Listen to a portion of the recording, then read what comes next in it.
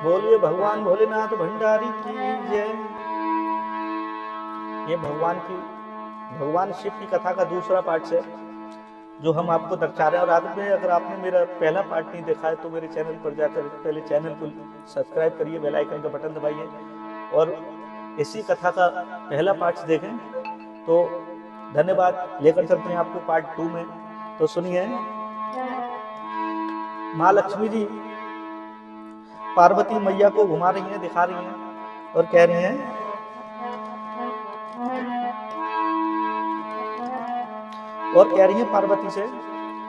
पार्वती से बोली माँ जिसको त्रिपुरारी कहते हैं। शिव शंकर जी के लिए कह रही हैं। पार्वती से बोली वो जिसको त्रिपुरारी कहते हैं, और कहाँ है तेरा पति देव हम जिसे भिखारी कहते हैं। कहाँ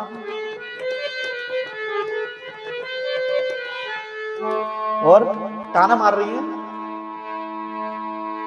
और चिता और त्रिशूल फावड़ी फटी हुई मृगछाला है। चिता और त्रिशूल फावड़ी फटी हुई मृगछाला है। ऐसे ही जायदाद को लेकर के ये कहाँ पे डेरा डाला है। ऐसी जायदाद को लेकर के तुमने कहाँ पे डेरा डाला है।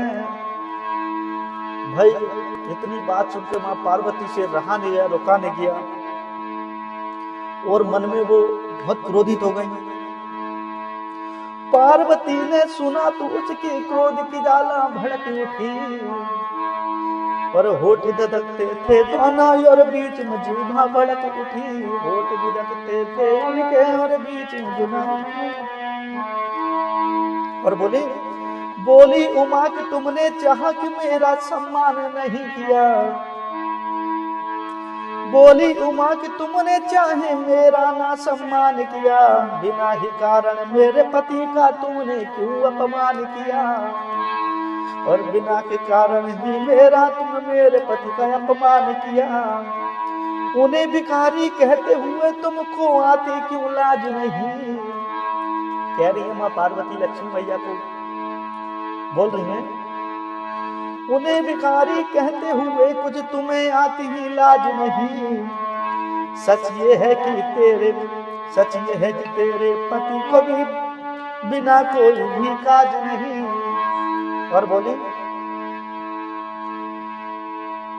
वही भिखारी बनके राजा शिव के यहाँ गया होगा। ये माँ पार्वती लक्ष्मी जी से कह रही है भगवान विष्णु जी के लिए।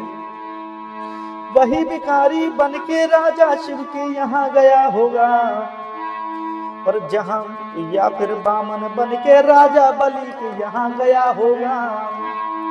और जहां भी देखा उसने वहीं पर अपनी झोली टांगी थी। लक्ष्मी माँ कह रही है पार्वती से, जहां भी देखा उसने वहीं पर अपनी झोली टांगी थी। और ऋषि दधीची की हड्डियों तक उसने भी भिक्षा मांगी थी। कह रही है कि भीख में ऋषि की हड्डियां तो उसने भीख में मांग ली थी। शंकर को तो जग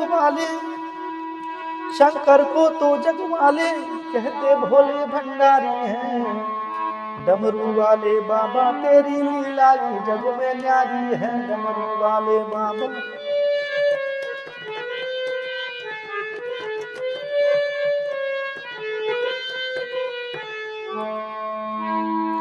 पार्वती ने लक्ष्मी को यूं जली और कटी सुनाई थी।